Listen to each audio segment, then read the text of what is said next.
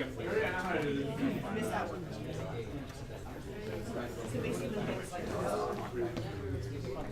so tired of being sad. I'm not gonna call the word.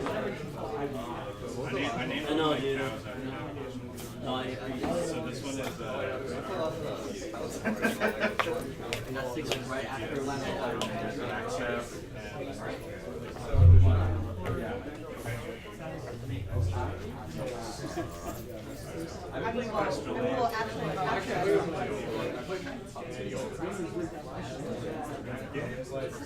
and then all my chickens are named after.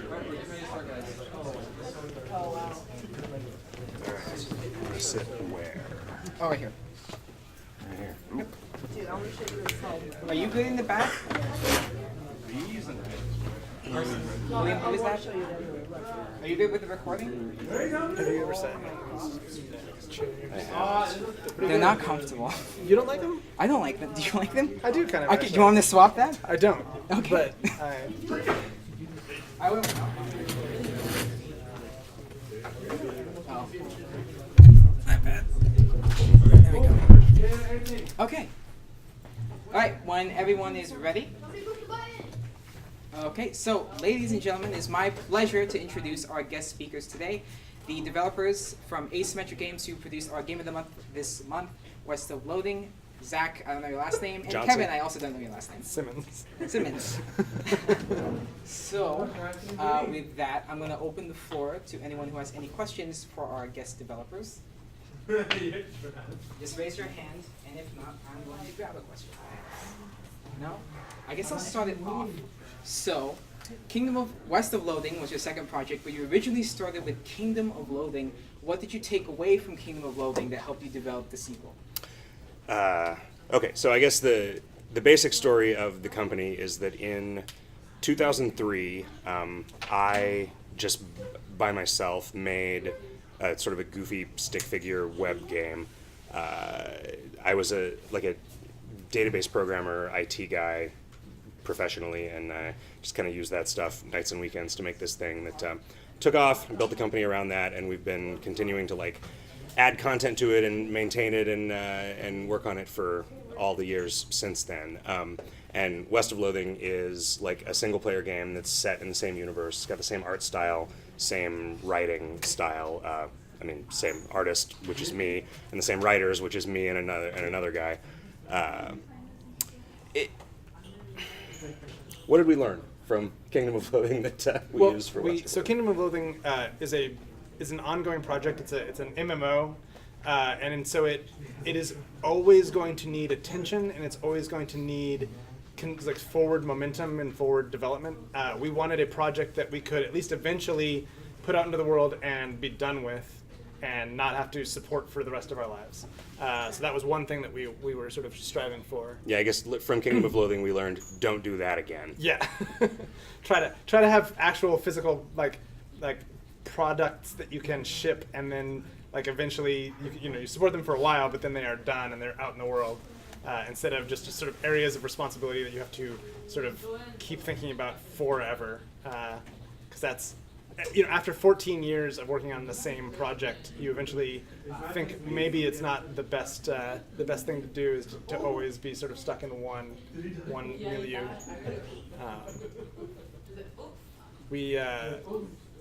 Kingdom of Loathing was sort of broader in the sense that it was kind of every genre at once. We didn't ever feel tied to a particular thing, and we narrowed our focus for West of Loathing to the Wild West, and picked sort of a particular time and place to make the game, making it our own with magic and goblins still or whatever, but trying to sort of have a more focused, sort of smaller scope was also something that we tried to do. Yeah, I think constraints are definitely your friend for it. Video games are always going to get out of hand. You're always going to have more ideas than you have time, or really, you're always going to have more ideas than you have good ideas. But especially, you're going to have more ideas than time. And so, having something that's a slightly constrained, even just picking a genre, just a narrative genre, and having to stick to that was really valuable for us, I think. One thing that was super nice about Kingdom of Loathing it was a hassle in the moment, but looking back, it was obviously nice. Was constantly having very short-term deadlines. Like, we had to have a thing out by Christmas so that the Christmas event would happen. We had to have a thing out by Halloween. We had to like have the next like thing that we were selling this month had to be out at a specific time. And so we were accustomed to being forced to create the kind of content that we make very, very quickly. And so we built West of Loathing to support our workflow rather than adjusting our workflow to try to make a product. And so like we were basically in the habit of just making this stuff very, very fast. And so we were able to, in just a couple of years, make what turned out to be a really surprisingly large game for what it looks like. It's kind of, generally, I think the fact that what the game looks like sets expectations pretty low is good for us, because it ends up being a thing that really surprises people when they realize, oh, they actually paid attention to this. There is actually a lot to do, and there's a lot going on here. So yeah, I mean, I think spending a long time working on Kingdom of Loathing let us just sort of understand what we were good at and taught us how to kind of play to those strengths institutionally to produce the best product we could with a relatively small amount of time and budget. Okay. Anyone else? Otherwise, I can just go on. So there are hundreds of items in West of Loathing, and also Kingdom of Loathing, including spells and all that. How do you balance all of that? So that's a great question. So West of Loathing is a lot easier because it is a finite scope sort of situation where we know where you're starting from and where you're going to end up, and there's a spectrum there of experiences that we expect you to have, and it's open world, so it's not necessarily happening in a prescribed order, but we have a general sense of progression from the starting point to the end point, and you're going to travel some sort of meandering path through there. And so we can sort of set a bunch of numbers for like the stats of the monsters that you're going to encounter and what would make sense for a character to have in terms of their sort of character stats plus the modifiers that come from equipment or whatever. Whereas in Kingdom of Loathing, there's a couple things working against us in that space. There's the fact that the game's been around for over a decade. So just in terms of like real human time, people want to feel like they're getting things that are more powerful over time. So this is the problem that World of Warcraft has had since very early on with sort of the expansion of numbers, right? They actually like did a scaling back of numbers just because things were getting like exponentially out of control for them. Our game also has a sort of a weird mechanic where you play through the game's content and then you sort of restart with a character at level 1 with you get to keep a little bit of power from your initial incarnation. And so you're playing through the same content over and over and over again, starting from low level to all the way to the end game.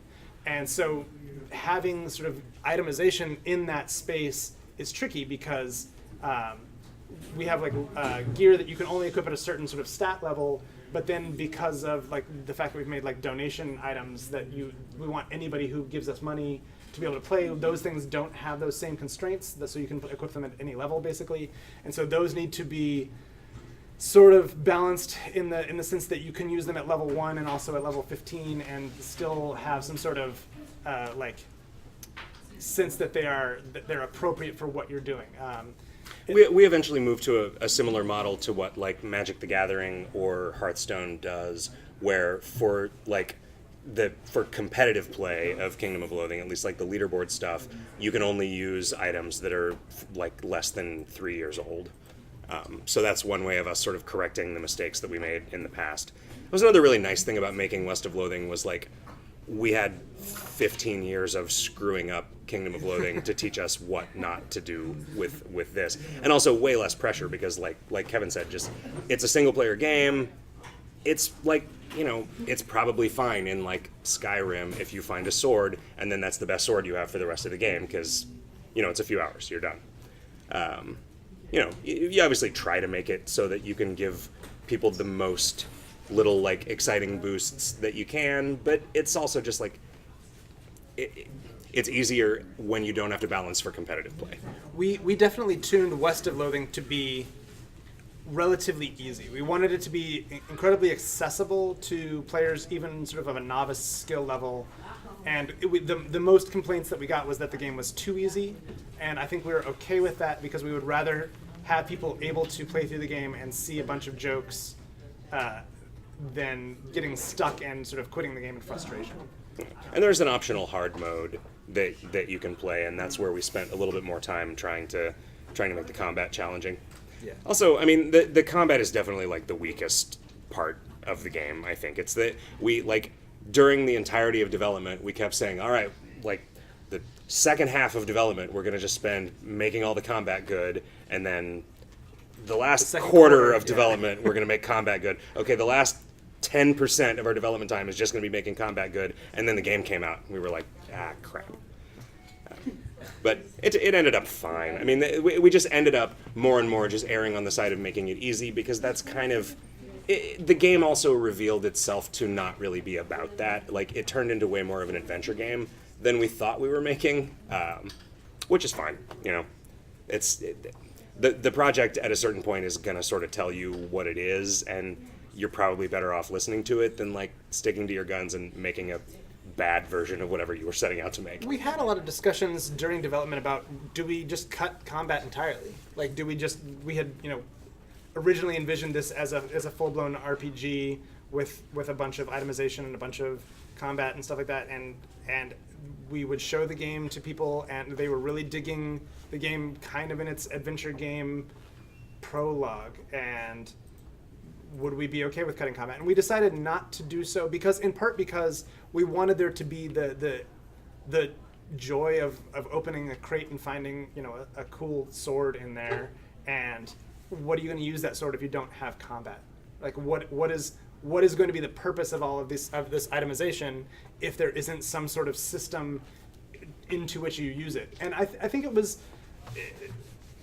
definitely worth discussing, and I'm glad that we talked about it, but I think it's sticking with our original plan of keeping it a role-playing game with sort of these systematized combats and like gearing and skills and stuff like that. It ended up working out fine, and it's a thing that I think we can iterate on in the future in later games, and even just in downloadable content for the game that we're making still, because we're still adding content to West of Loathing, and thinking about like how to make combat more interesting. In that light, sort of, with especially with all the, you know, now that like tens of thousands of people have played it Yeah. and posted on the Steam forums about stuff they liked and stuff they didn't like, we have a better sense of like what kind of broadly worked and what didn't, and so, you know, that's nice information to have if you can get it. Quick question: is that what the Desolate Lonely Coast is for?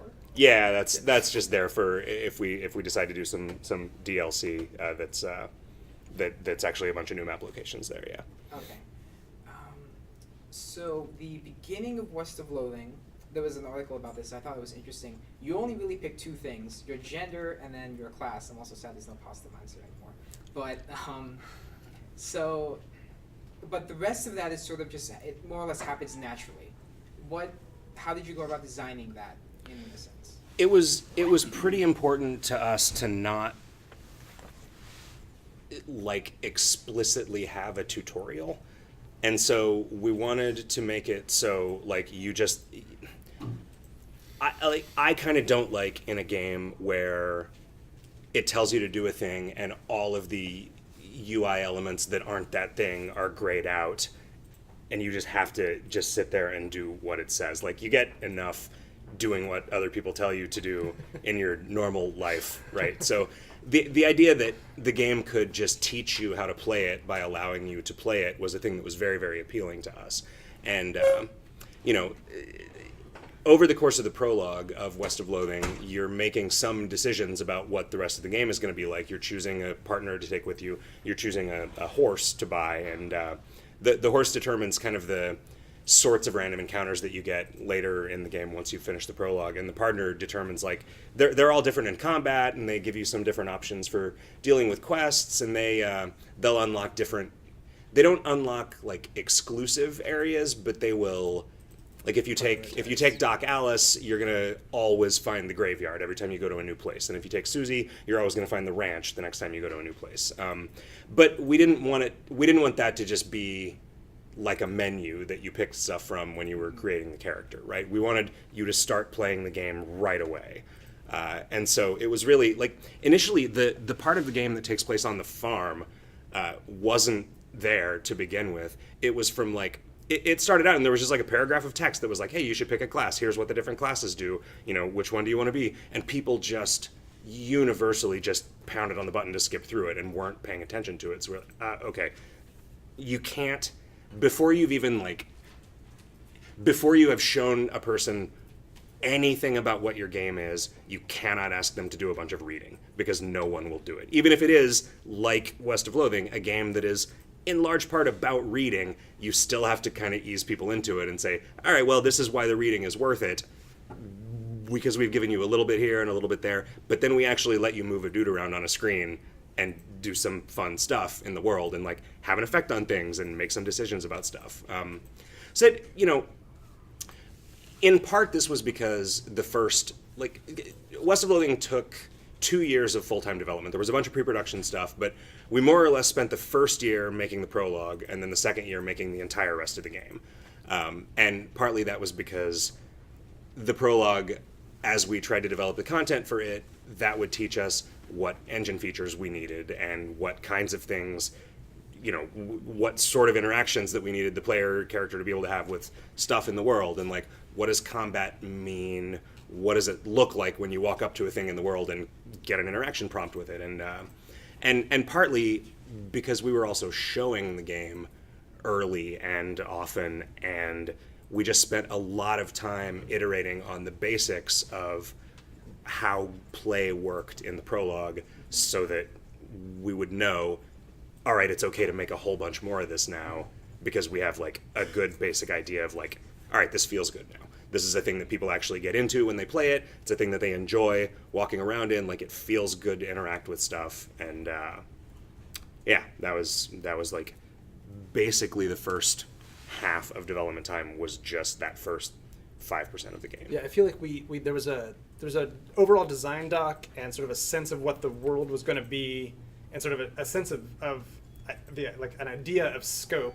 But then we sort of stepped back from that with that in mind, and then just made and iterated on that first hour of game to just make sure that that was really compelling and good. But in other things that we did, which I think were mentioned in the article that you referenced, was that like we tried to make sure that you would make a decision, and then we would try to make it clear to you that based on the decision that you made, some things were now available and some things were locked out. And so the idea is, if you're going to see everything in the game, you're going to have to play through it multiple times because you're going to make choices that are going to exclude some content. And just trying to introduce those concepts in sort of a passive way, so that players who are curious and actually paying attention will notice that they are not able to do everything all at once. Will hopefully alleviate some of that like fear of missing out that you might have if you are trying to maximize your character or something like that. Yeah, we took a little bit of a risk, I think, by not allowing explicit saving and loading, because it's a thing that I feel like people can get grouchy about, but when games do it right, it's pretty satisfying to not have to spend a bunch of time thinking about that. And so I really wanted to, if we could get away with it, have it be more like an MMO, like more like the model of thought that we were accustomed to for Kingdom of Loathing, where, no, you know, you do this stuff and that's just what happened to you, and, you know, maybe the die roll came out wrong and you got this thing instead of this thing, but like, you know, whatever, that's the story, that's what happened to this character, and like, next time it'll be different. And, you know, as opposed to just like, we didn't want to put people in a position where it seemed like what we were asking them to do was constantly quick load and open this chest again until they got the thing they wanted out of the chest, because that just kind of, it's a thing that I describe as like, it's at that point, like, you're not playing the game, you're sort of like playing the box that the game came in. Like, it really bothers me when I discover in a game that there is some trivial advantage to be gained by exploiting the save system, because there's a part of me that just says, you're dumb if you don't do this. Like, your character's going to be stronger if you keep reloading until you get the right thing out of this box. And so we just didn't want to give people that as an option. Saving the player from themselves Yeah. is a thing that we do a lot. We will, if we find a situation where there's some advantage to be gained by doing this thing which isn't fun, we will either try to make the thing fun or try to cut that whole system, because players will do whatever you like give them, like whatever sort of dumb thing you will do that you will put in front of them. They will play that in the hopes that it will make them better characters. You know, if it's a character-based thing, it will make them a stronger character or whatever. He and I have different thresholds, Yeah. I think, as players of what we'll do in that regard. And so that ends up, we had a bunch of arguments is too strong of a word. Like we've all been working together for too long to ever get into any serious fights anymore. We sort of all got all that out of our systems when we were younger. But there are places in West of Loathing where you can just like click on a thing and fight a skeleton, and then click on it again and fight another skeleton, click on it again, fight another skeleton. And Forever. you get to the point where you can do that and there's no chance that you're going to lose the fight, and it ends up being advantageous to just keep doing that as long as you want to keep getting XP. And like there was a lot of internal debate as to whether we should leave those things in or not. I personally felt like I don't mind as a player doing a little bit of grinding in an RPG if it's like, you know, I can just do some work instead of being clever about this problem. Like if I can just spend a few minutes doing something repeatedly so that I can eke out the one more stat point that I need to you know, overcome this challenge somewhere else in the world, I appreciate the opportunity to do that. Whereas Kevin, I think once he sees that, he is just going to keep hitting that button until everything is 99999 and never move on and ruin his experience. And so we had to kind of figure out, well, what are we trying to please players like me, or are we trying to prevent agony in players like him? And what we eventually did was we just implemented a system where the more fights in a row that you win in a given region, the slightly harder the monsters get. So it actually, like, you can't just do that forever. Like, you will eventually lose those fights. Exploits. Yeah. I guess, I mean, it's not really. You probably still can kind of do it 'cause forever. that It caps caps out out at a certain point. Yeah. The compromise that we came up with instead was those areas get capped if you're using the hard mode. So if you've inflicted upon yourself the desire to play the game in a sort of a harder way, it will prevent you from using at least the early sort of infinite fight regions, because those are just too easy to get to and access. And then we actually got some notes from players that were like, oh, is this a bug that these later infinite fight regions don't have that cap? And I was like, well, we actually left those in there because we had not had enough playtesting of the hard mode, because it didn't really get finalized until the last couple of weeks of development, that we did not want to create a situation where you were basically locked out of the in-game content because there was not enough things to do in the world to gather enough experience, so you might have just reached a hard cap. And so we sort of left some of that stuff in. And we've gotten people have written back with feedback that they were super grateful to be able to sort of farm experience at their leisure, right? So like there's definitely a group of people for whom that is desirable. And finding out what your players want is also really valuable. And sometimes you don't know. Even we had hundreds of people play the game and give us feedback at various conventions. We showed the game at PAX a bunch.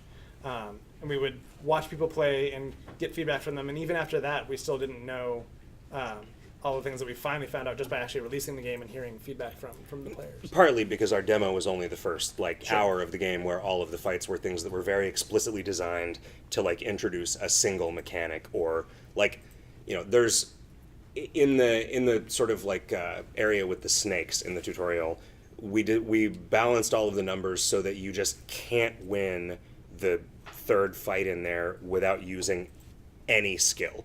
You can use any skill that you have with any class, but the only thing is you will lose if all you're doing is just hitting the attack button over and over again. But if you do anything, you will win the fight.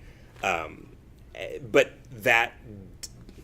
the rest of the game was approachable in any order and got so much less playtesting because it was only the internal beta testers who saw that, and even then we just didn't give them enough time, because this was a software project.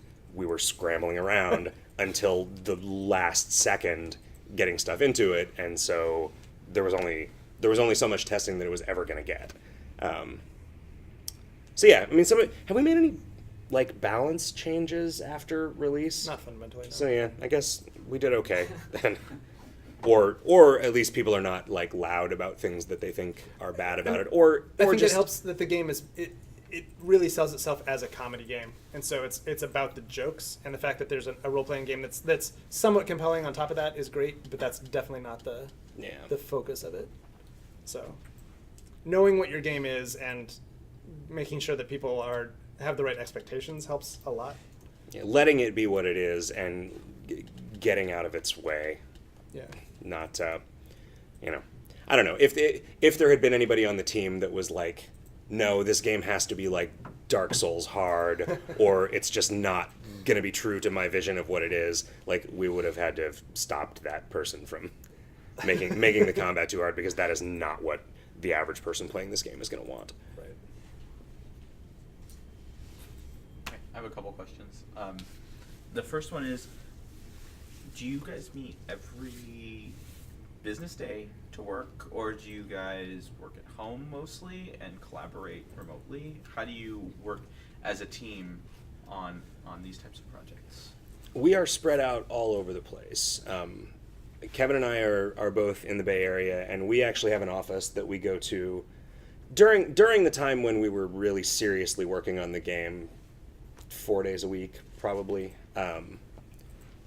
It's one of the advantages of this team having been together for so long is that we all more or less have an idea of what our responsibilities are, and Slack is just hugely important in getting stuff organized. An asynchronous chat tool. And we use Trello just as like a sort of task list, and that's kind of another like sort of important thing. There is a central place where everything that anyone expects of anybody else is listed, and then we do weekly. For a while, we were doing twice a week conference calls, and that is a thing that, like, no matter how good your intentions are, you are always going to work the hardest the morning before a conference call where you have to describe your progress to the rest of the team. And so a lot of stuff just got done in big bursts right before people were directly held accountable for it by having to talk to the rest of the team about it. So it's just, we're a lot more sort of chill about that than a lot of companies are. And that has been a real detriment at previous points in the company's history. But I think at this point, the sad thing is, eventually maybe you let go the people who aren't super self-directed and who don't really fit with the style that everybody else is okay getting stuff done in, and that sucks. But in the end, you end up with the right team for the style that you have if it's going to work. We were definitely putting in significantly more than 40-hour weeks for a while at the end, but it was kind of different hours for everybody and different amounts for everybody. It all sort of depended on, because I don't think just a flat structure where everyone has to be in an office from 8 a.m. to 5 p.m. 5 days a week works for anybody, really. I don't think that there's anyone who is optimized to work in that way. And so often, I would be in the office at 7 in the morning and go home at 3 and then pop back on a few hours later to do a couple more hours of stuff. Kevin would be there all night. Everybody else, wherever they were, I don't know when Riff did most of his work, but he got it all done, so it kind of didn't matter, right? He knew what he needed to do on the writing side. There was a pile of work. We all had a basic idea of how much time we had left, and we all just kind of having a team is contractors, and so we are not even legally allowed to tell them when to work, which I think, that's an important distinction. If you're not an employee, the person you're working for cannot legally tell you when to work, and so don't let them if you're doing contract work. It's all project based basically, because if they're telling you when to show up to an office or something like that, then you're an employee, and if they're not giving you benefits and that kind of thing, then they're breaking the law. That is technically true, although you know, I know a lot of people. I you know might that doesn't not, have. I know that like isn't how a lot of corporations are run, but those are the legal definitions, and we kind of try to stick to that to a great degree. You know, our conference calls are like the only thing that we really specify like a time and a place that everybody has to be sort of present, and the rest of the time it's all very asynchronous. Get your stuff done when you can according to your own schedule. And that's, you know, the fact that we all just work on the internet from across the U.S. in different cities is great. Like, it And I works think out really well. it worked for us in large part because we were all pretty happy. Like, everybody was making enough money to be okay with things. Nobody felt like they were being exploited. Like, there was enough good stuff about the job, and everybody believed in the project enough that everybody was like really giving their all. And I don't think we could have scaled that up to 20 people. You know, there were 7 of us, and it's great for 7 people. We didn't really have to have a management layer. We all just kind of collectively kept each other honest about everything. But like, man, I can't even imagine what it would have been like for if we had twice or even 3 times the team size. I like, personally, I don't think any of us are interested in growing the company at all. Like, we were able to make this thing with the number of people that we have, and it would be awesome to make another one with the exact same people, maybe working slightly less hard because our processes are better now. That seems really ideal to us. There's something else? Yeah, so you were talking about the grinding aspect, and so how do you keep your game from becoming, you know, an operant conditioning chamber or a Skinner box, you know, and still manage to make something that you feel is fun, and how do you balance that kind of with the purchasable items and things like that? Oh, for Kingdom of Loathing, yeah. you mean? Well, I mean, it was kind of a collective question, but yeah, in that as well, yeah. Yeah, I mean, So Zach's degree is in psychology. So. Okay. we, you know, one of the things about the community of Kingdom of Loathing is we have always been very available to them, and very honest about our thought processes and honest about our practices. And I think that is the only thing. We have been extremely reliant on the continued sort of loyalty and generosity and respect of the people that are giving us money for the stuff that we're putting out. And there has never been a time when we have really had to think about trying to maximize revenue. So we've been lucky in that regard, where the primary driving factor on the way that we monetize that free-to-play MMO is try to maintain the respect of the people who've given us money in the past so that they will continue to feel that we deserve it in the future, as opposed to try to get as many new people in as possible that we can trick into giving us as much money as possible before they say, screw this, and leave. And so I think, like, having gotten started before the sort of, like, broader trends in exploitative free-to-play stuff really took off, allowed us to kind of, like, not be that, because we were able to use what we saw everybody else doing and think, hey, let's not do that, instead of seeing, you know, Zynga making a bunch of money and saying, hey, we should also do that. We've been accused many times of being a lifestyle company where we're not interested in maximizing profits. We're just interested in making enough money to be happy. And it was, at the time, it was used sort of as an epithet, like, oh, you're not trying to, like, grow your company to the point where you can sell it. Who cares what you're doing? And we're like, well, we're sort of maintaining our lifestyles and very happy. So what's wrong with that? And that seems to come from my point of view. That attitude comes from a perspective of somebody who has never done a job that they liked or cared about, right? Like, I mean, because our exit strategy is not sell the company. Our exit strategy is like, well, I hope we can keep making video games until we die. Yeah, and like that's fine. Like, it would be awesome if this company like allows us to to Hopefully keep we'll doing that. finish whatever we're working and then Sure. die shortly afterwards. Yeah. Or at least like hire some younger people eventually. Sure. So we don't sell loot boxes, which this has been sort of a recent discussion. We don't. When we sell something in Kingdom of Loathing, it's a discrete thing that does something, and you get a sense. It's typically not consumable. Like Yeah. we will sell like a little factory that produces consumables that you can then trade in the player economy, but we don't typically sell consumables. There are a handful of very limited exceptions to that, but not anything of real import. And then KOL in the sort of Skinner box sense, fighting monsters that have rare drops. Let's say Kingdom of Loathing has a finite amount of time that you can play it per day.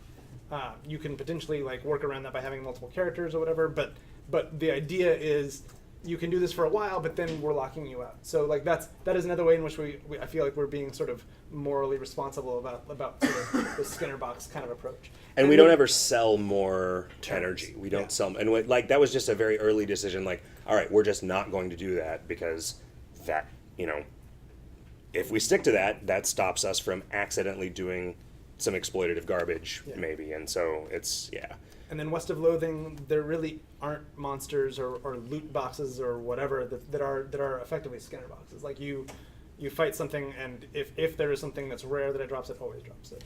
Yeah, or like there are some things that are like, if you open enough medicine cabinets, like it just keeps track of how many you've done, and at a certain point, it just gives you, hey, here's an exciting one-off thing that would be in a medicine cabinet or whatever. Like we sort of just fake a lot of randomness. like fake a lot of randomness so that it's delivered in a way that's satisfying. As opposed, like in a multiplayer game, I think it's not a big deal to have rare things drop in the world because that then creates value and scarcity in the player economy. So it's sort of the difference in like a World of Warcraft sense, the difference between like a cool piece of gear that drops from a raid boss and a cool piece of gear that drops 1 out of every 10,000 times you kill a random goblin at level 3 out in the world. That seems awesome to me. Like the fact that like, oh, maybe you get one of those and you're really, really excited about it because you either get to use a cool thing that not very many people have, or you can sell it to somebody else for enough gold to buy 10 things that are that powerful, just less rare. But there's no point in doing that in a single player game.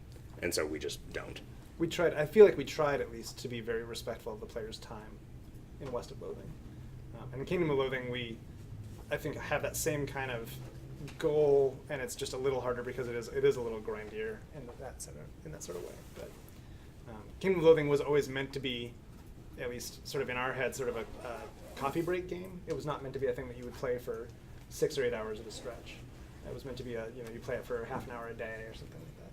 And it's definitely grown beyond that. There are definitely people who spend a lot of time playing it, but that was not the original intent, at least.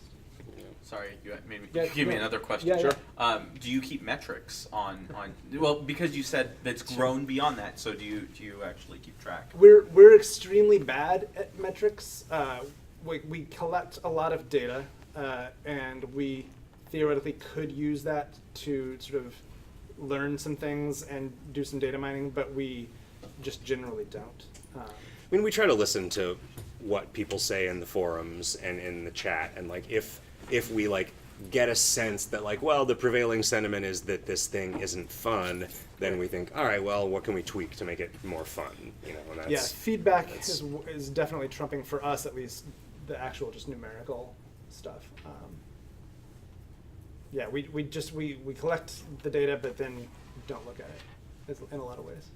Also, as an MMO, I mean, a lot of just the state of the game is itself the data that you could use as metrics, right? I mean, we do some, like the logging stuff that we do in West of Loathing is mostly just kind of for our own edification. Like, we have a sense of like, all right, of the people who've created characters, like how many of them did a non-violent solution to this boss, how many of them did a violent solution to this boss, how many of them solved this one particular really hard puzzle or whatever, just so that we can have a sense, like, in the next game, if we're making this, like, are we making this for 4 people, or are we making this for most of the people that play the game, which will maybe inform, like, how important it is to us, or, how how much effort we want to put into it, or how important to the overall arc of the game we want it to be. But the people who made characters, how many of them are playing a game that they bought, and how many of them are playing a game that they pirated? Yeah, You know? that's- Stuff like that.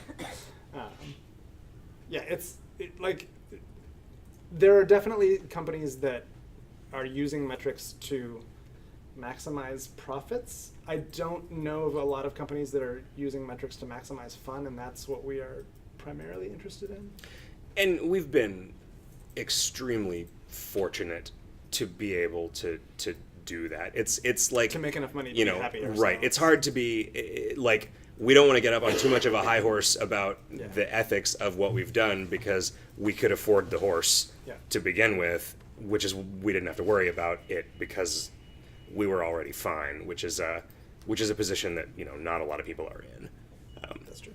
And it's, you know, I think even getting West of Loathing off the ground, and West of Loathing ended up being, like, in terms of sales, like 3 times as good as we needed it to be to sort of keep operating as a company. We had our expectations set pretty low, just because the marketplace is very, very crowded, and it's very difficult to get any attention on a new game that comes out when it's like 150 new games a day launch on Steam. We were very fortunate to have had something that was 15 years old that a lot of people knew about, able to get a little bit of a critical mass of people buying it on day one. And then we also listened to people. We were initially going to sell the game for $20, and we were counseled by a lot of different people, don't do that. Sell it for $10 because It doesn't look like anything. yeah, it doesn't look like anything. And if a game is on the Steam top sellers list and it's $10, 20,000 people will buy it. And if it's on there and it's $20, 0 people will buy it. Because a thing that doesn't look like anything, that if you haven't like specifically had somebody tell you about it, like people don't want to waste money on garbage video games. And so like give them the opportunity to try it by wasting slightly less money if it's bad. Which sucks. I mean, we're working on porting the game to iOS, and it's like, well, people on iOS won't even spend $10 on a game, so what do we do there? Like, we could either convert it into some kind of weird hybrid free-to-play thing, or we can just, like, sell it for $4 or $5 or whatever. And that sucks, because you don't want to work really hard on something for 2 years and then think, oh, this isn't worth $10. I'm okay with that, I guess. But it's the realities of the marketplace, and you can't stomp your feet and change the way economics work. You can try. Yeah, right. You're just gonna be sad, I think. Sore feet. I actually had a question that kind of piggybacks off your conversation where you're talking about the marketplace. You guys started back in 2003. If you were to start today in today's market, do you feel like there would be any major changes or considerations you would take? I don't think launching the same game that I launched in 2003 would amount to anything if it happened now. I think that I got real lucky by having something that was differentiated from anything. I mean, Kingdom of Loathing came out slightly before RuneScape, slightly before World of Warcraft. There were not really any other web MMOs with any amount of content in them that you could play. And at that time, people were at their desks were screwing around on a web browser. They weren't looking at their phones because people didn't have smartphones. Yeah. Right, like they didn't have Facebook. So like there was a lot less competition for your time. We didn't move into a mobile space or put the game on Facebook very quickly, and I feel like we probably would have seen a lot more sort of user growth if we had, but we were happy just living in the niche that we were in. If we were to do it today, we would have to come at it with those kinds of considerations in mind. Like the vast majority of people who play games are playing games on a cell phone. So you kind of have to, if you are trying to make a game that's going to reach the most number of people, you're going to make a game that's based on that platform. Right? But you can't sell it for any money, so Right. that's the other issue. You know? it's hard to have any meaningful advice just because we are the product of the extremely weird set of circumstances that allowed, that led to us being able to do what we've done at all. And so it's, yeah, I despair about how many games. I mean, even people we know that have made successful and popular games have launched fairly inexpensive games on Steam that got a lot of press, had a lot of attention coming in, but then just don't sell because there's too much there. It's becoming a thing where, what would be awesome is if the government was interested in funding the arts, and so stuff could get made without having to think about how to be profitable. Like, that's what would be really cool, and There's that's a the way bunch of a lot of art works. Cool But Canadian games that are clearly just funded by the government that I've played that have this would never fly just as a standalone project, but because they had some government backing, they were able to make this thing which is interesting and weird. Well, and I mean, the other thing is the market is not going to correct itself because there are always people who are going to be passionate about making things and will make them for free. And one person pouring their life, one person remortgaging their house and pouring all of their savings into making a game, and it fails, that guy's not going to make another game, but somebody else will, And so you're not ever going to stop the flood because it's just a very passion-driven thing. It's people who make games are artists, and so look at how artists are seen in the world. They're the adjective that is most commonly associated with them is starving, and West of Loathing is gonna be huge after we're dead.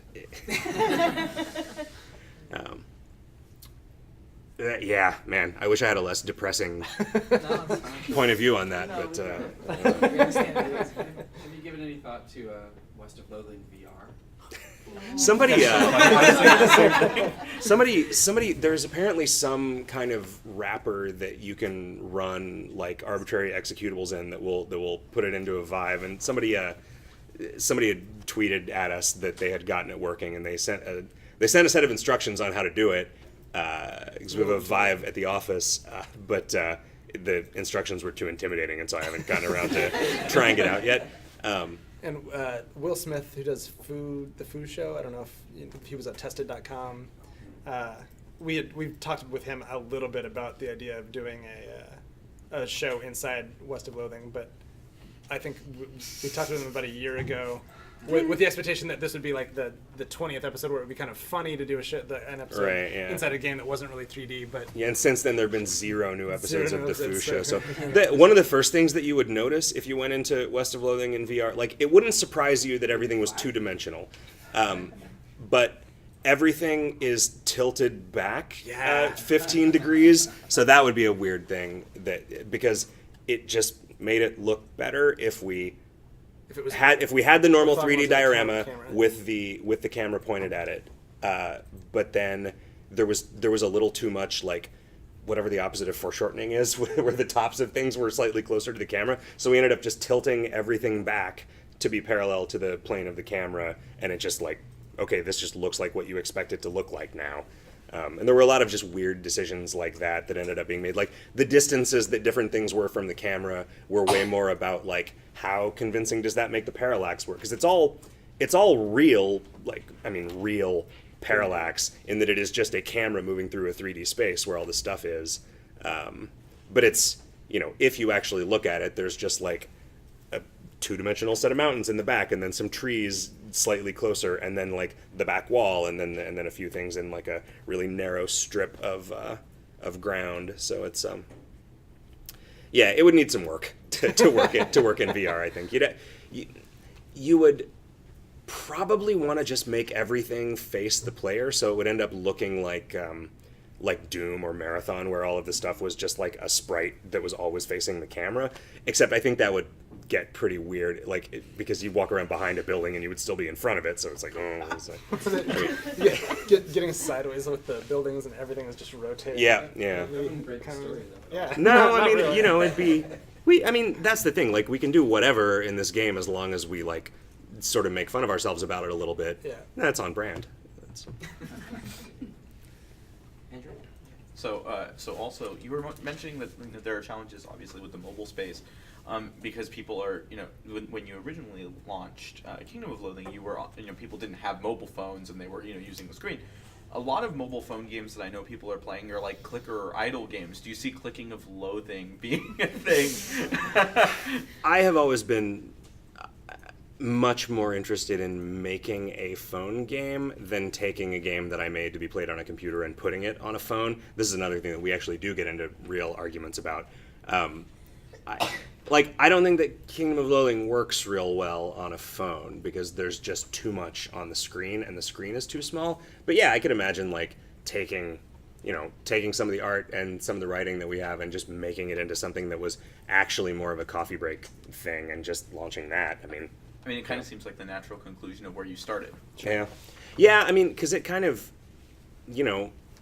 clicker games weren't really a thing, but it is what KOL looks like. And kind of is. I mean, it's real complicated and has more story than most of those things do. But yeah, no, I certainly don't think that there's anything less interesting or less real about games like that, and it's that'd be a thing that would be fun to work on. Yeah. The paperclips, Universal Paperclip, Yeah. is really cool. That just recently came out. That's a Frank Lance's sort of homage to the clicker genre, but also an interesting clicker game, but also a commentary on AI and what it means to have sort of unfettered AI. And What did you say that was called? Universal Paperclips. Yeah, Universal Paperclips. Yeah. It's good. It's a few hours long. Yeah. It has the same sort of, not quite as fanciful, but unfolding complexity that Candy Box had. So Yeah, it's real good. He knows about Candy Box. I do. Yeah. Yeah, I do know what you're. Okay, so I did want to ask, where do some of the ideas for some of the locations happen? Because I think, for a spoiler warning right now, we're going to talk about everything before the second pitfall, road, Sure. Okay. road pit, whatever. For instance, Ghostwood was an interesting place and just funny and tedious, but where did some of those ideas come from? So we ended up with a lot of things where, we had a big meeting very early on where I sort of drew the map and I was like, all right, this is what I think the world of this game looks like. There should Strangely be like the American Southwest. there should be 8 mines in the game. So here. There should be 7 ranches here. And then it was we'll come up with something for the 8th mine to be. And then 2 months from release, it's man, why didn't I say 7 mines? It would have been way easier to not have to figure out what this thing was. But often what we would do if we had something that just no one had a good idea for, we were all right, there's got to be a ghost town. It's the Wild West. There's got to be a ghost town. What's this going to be? Whatever, the dumbest joke that we made in the conference call where we were trying to figure out what it was going to be is what we would end up going with, because that's what people want out of these games is okay, what if it's just the ghost of a town instead of a town that's abandoned and full of ghosts, and then it can just be it's a totally normal town that's just ghosts of buildings populated by ghosts of accountants and bureaucrats and stuff, and all right, now this is a thing that is just Riff's job to write an elaborate bureaucracy puzzle, which is that's up his alley, and it was all right, well, that's done. That's what that area is. And he just sort of decided that on his own because he also did the Shaggy Dog Cave. He really enjoys trolling the player, I guess. A little bit, yeah. A little bit, just enough to raise your hackles, but enough where you're still sort of in on the joke. I mean, and it's a little too much for some people, certainly. Yeah. But we made that a part of a thing where it's you have to do a certain number of quests in this town to move on, and that's only one of them. So you don't have to do that one on a second playthrough. You don't have if you to don't do want any to. of them, Yeah. There's other alternate- ways to get past that phase too. So that was something that was kind of an important guiding principle that we had, was that the main quest should be pretty nominal and that there should be a lot of different ways to get through any given phase of it, because I kind of I feel like in a like Bethesda open world RPG, which was very much the kind of game that we wanted to make here, the main quest is by far the dumbest and least interesting thing about those games. Like But you you're know, the- like but you're the in Dragonborn. in Skyrim, you literally go to heaven as part of the main quest. Like you like, okay, this is the just Nord version of heaven. I'm just literally in Valhalla now, and I just fight some guys up here, and then go back. Like, you just like this just recontextualized everything about this world, and no one has mentioned it or cares that you just went to heaven and came back. Like, and it's like that's not what people remember about playing Skyrim. People remember, ooh, what's in that cave? I bet it's a vampire or something. And then it is, and then you go to the next thing. Like, and that's it. Like, it's just these Also a vampire. small little stories about stuff that happened while you weren't there. Like stories where you're not the protagonist are the stories that are the most interesting ones to me. And like, we kind of didn't want to make a game where it's like, all right, well, there's a Thieves Guild, and you can become like the chairman of the Thieves Guild, and then there's also a Warriors Guild, and now you're president of the Warriors Guild, and now you're the best wizard in the world in this political structure of wizards that exists. It's like, no, we want this game to be a bunch of stuff that happens to you rather than like a bunch of stuff where you're the most important person in the world. Because just the structure of the game necessarily creates the illusion that you are the most important person in the world because you're the only actual person in this world on your playthrough. So like I don't I've never felt like the narrative really needs to back that up. And so yeah, the main quest in West of Loathing is pretty rudimentary. And so it's like, I don't know. When I first played Oblivion, I didn't really understand. I had never played an Elder Scrolls game before, and I didn't really understand what it was about. So I just went through the main quest line, and 3 hours later, I finished the game, and I was like, why do people like these? Like, this was supposed to... Like, everybody was really excited about this, and, like, that was it? It was, like, kind of the same thing 5 times in a row, and then it was, hey, you win. Like, But then I realized, oh, okay, the actual game is in these hundreds of other things that you can go out and find, and... that's like, all right, that is the feeling that I want to give people with the things that we make. Well, and so the Bethesda games were a touchstone for us, but also things like the old Quest for Glory games, the Sierra games, they originally called Heroes Quest, was something that we thought about a lot. And so that was a game with multiple character classes, and each character class would have different ways to solve the same problem. So the problems would exist out in the world, but you could like climb a tree and solve a problem, or you could cast a spell out of the tree, or you could like hit the tree with an axe, and all of those things would solve the same problem depending on which character class you were and which skills you had available. And I feel like that was also a thing that we kind of were shooting for was play through the game multiple times and then to have to solve the same kind of puzzles in new different ways. Other things that were sort of our touchstones were like Paper Mario was a like RPGs with small numbers, but also the like billboarding, like the sort of 2D sprite assets.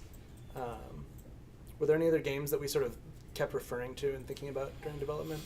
I guess Star Control 2 to some extent, little although bit, it's yeah. hard to make a game like Star Control 2 that's not a space game. Yeah. But definitely that same kind of like...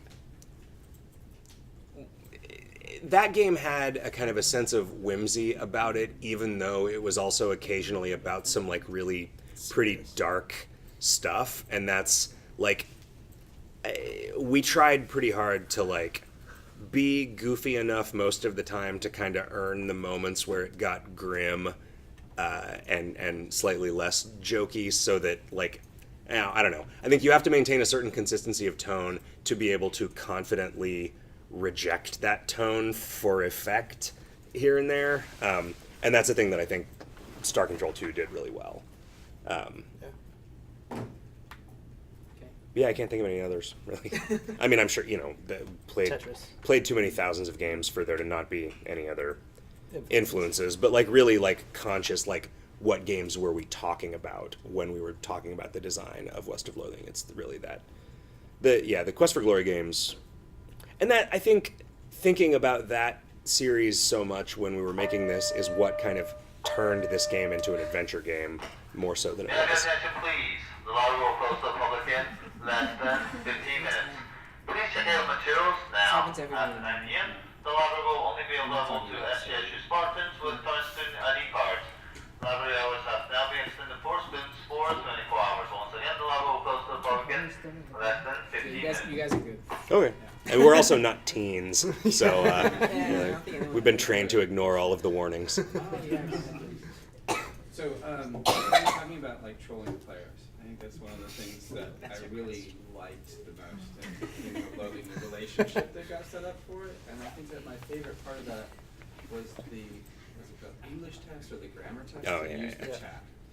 Who was behind that? That was me. That was like Okay. the first week of the game. Like when I added the chat, it was. And that But- was what actually made me fall in love Is with that the game. satirical, or is that really just saying like go through these hoops? Like what? Because this was before my time, so I don't know the origin of this. I don't remember. I remember that anytime you got into a chat, the people using the language were just really sloppy about it, and this was just like, okay, do you understand the difference between TOO, and TWO? Prove it before you could talk. to other Right. people. Yeah. That I don't know. was ridiculous. You know, when I think about it, like, I wouldn't do that now. Like that very much feels like that is a thing that was done by a young man who felt very strongly about the way other people ought to be talking on the internet, and it's hard for me to imagine now, like feeling intensely enough about that to spend the 20 minutes that it took to make that feature at the time. But that's the thing that like all of the early press about Kingdom of Loathing latched onto, and I think that it did end up sort of selecting for a community that cared about that kind of stuff, which has probably been really key to our longevity. Yeah, I feel like there's a large number of players of Kingdom of Loathing who, for years, just used it as a really complicated, bad chat client. And I think that's true of a lot of games that have sort of communities, is that your interest in the actual game sort of wanes, but you've developed friendships, and this is where you hang out with those friends, and so people come around and stick around because that's where they know. It's their third space or whatever. Something that I think falls out of that is a thing that really helps KOL and West of Loathing. I think West of Loathing, just because more people who are writing about games are paying attention to it now, this feels like a more remarkable feature of it, even though to us it just feels like naturally how we do it. But the fact that the game's narrator is just us writing stuff and trying to be as entertaining as we are trying to be when we write a character in the game, we end up with stuff that people are really surprised that we bother to do, like making the options menu funny and just making it so no matter where you are delivering any kind of information to the player, you should be using that as an opportunity to entertain them, as opposed to just like, no, this just, you open the box and there's nothing in it. Okay, like, what about a funny version of that sentence that communicates the same amount of information, but also, like, counts as content? Like, and so I think it gives us, like, this density of stuff that people consider to be the material of the game that we wouldn't have if we didn't treat every bit of writing as essentially being in the character of just us talking to the player. They're not, like, the narrator of West of Loathing will like or dislike certain foods depending on how easy it is to make a joke based on liking or disliking that food, not whether, like, me or Riff cares particularly strongly about a particular food. And that's kind of always just been how we've done it. But yeah, I think the grammar test in Kingdom of Loathing was probably an early reflection of that. Like, everything about this is building a relationship between us and the player. And so why would you skimp out on parts of that? Like, make literally every aspect of the thing that you're making, make sure that your sort of stink is on it, And then if it's a stink that people like, then they're gonna like, good news, there's a lot of it. Yeah. Okay, so I guess closing question. I'm just gonna turn this question on its head, and then like you guys can like walk around because I'm sure there's a lot of people that want to show you stuff. Okay. Worst the thing that you least like about your game, and if it's combat, pick something else because you already talked about that. I was gonna say best thing, but I'm like, let's get. And make it funny. Yeah. And talk to us like we're playing.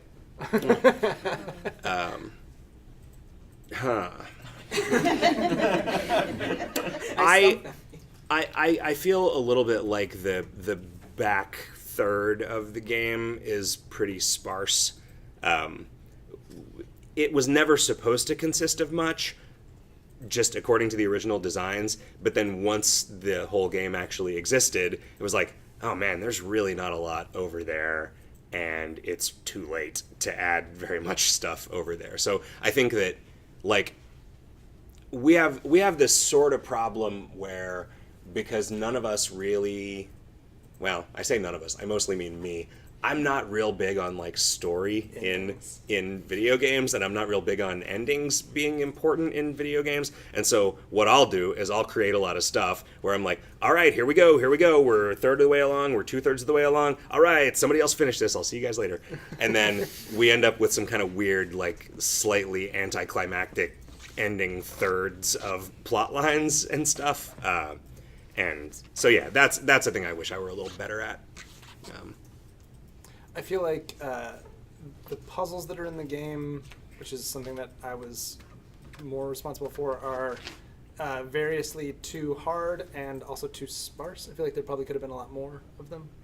But I was busy doing other things instead of designing and adding more puzzles than I should have been. So yeah, we have this kind of weird problem where, like, I don't know that we could get the stuff that we do done faster if we had more people. I think the only thing that we can possibly have is more discipline and more time, and time is obviously an extremely finite resource.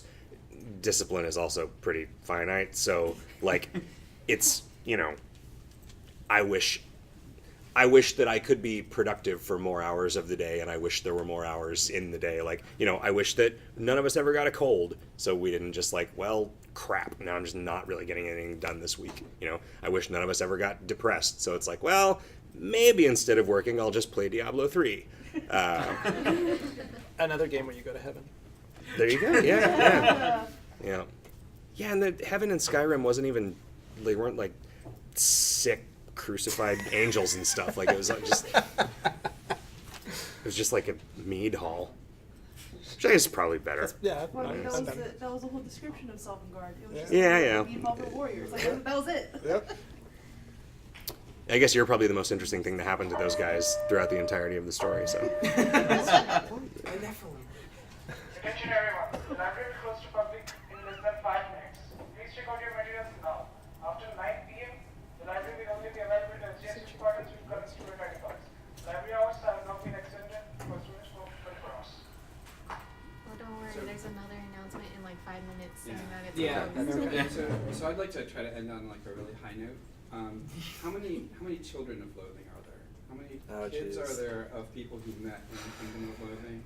I feel like we've met dozens. Yeah, it's Is that the strangest thing that you've ever? It's weird. Yeah, that's weird. I mean, it is. You're not, you know, you're not really responsible, but you're kind of responsible for these people. Yeah, it's. I mean, I think Kingdom of Loathing occurred at a time on the internet when people, like, it was really novel and interesting and fun for people to like arrange meetups around a shared particular interest on the internet, and we also really supported it a lot. Like, we would go to as many of them as we could, you know, like just to, because it was fun for us, you know. It was like, wow, this is neat. Like, somebody rented a hotel ballroom to hang out with their friends who like this thing that I made. You know, we should go say hi to them.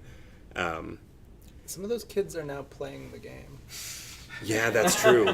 Here, if you, they're kind of mystified by it. I think the extent to which that's a real thing is a little overstated. But yeah, that's a little weird. It's a little weird the number of people who got, like, the art in Kingdom of Loathing was like when I made it, it was just me, so the art was like all I was capable of, right? And it was always pretty compromised. It has definitely developed into a style, and it has become more confident and more deliberate, and like, I don't know, like, you know, the whole Malcolm Gladwell thing, like if you spend 10,000 hours drawing stick figures, like you're gonna get okay at it. Like it has definitely gotten better over time. But the fact that like there are so many people with tattoos of stuff that I drew when I was like 25 and like, hey, look, the whole joke is that I can't draw.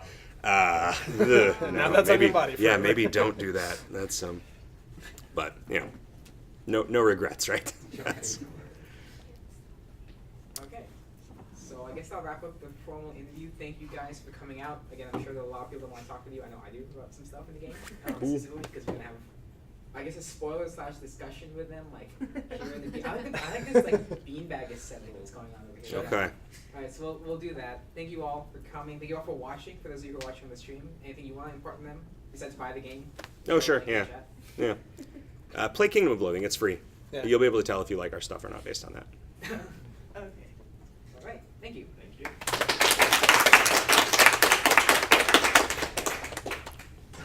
As I formally.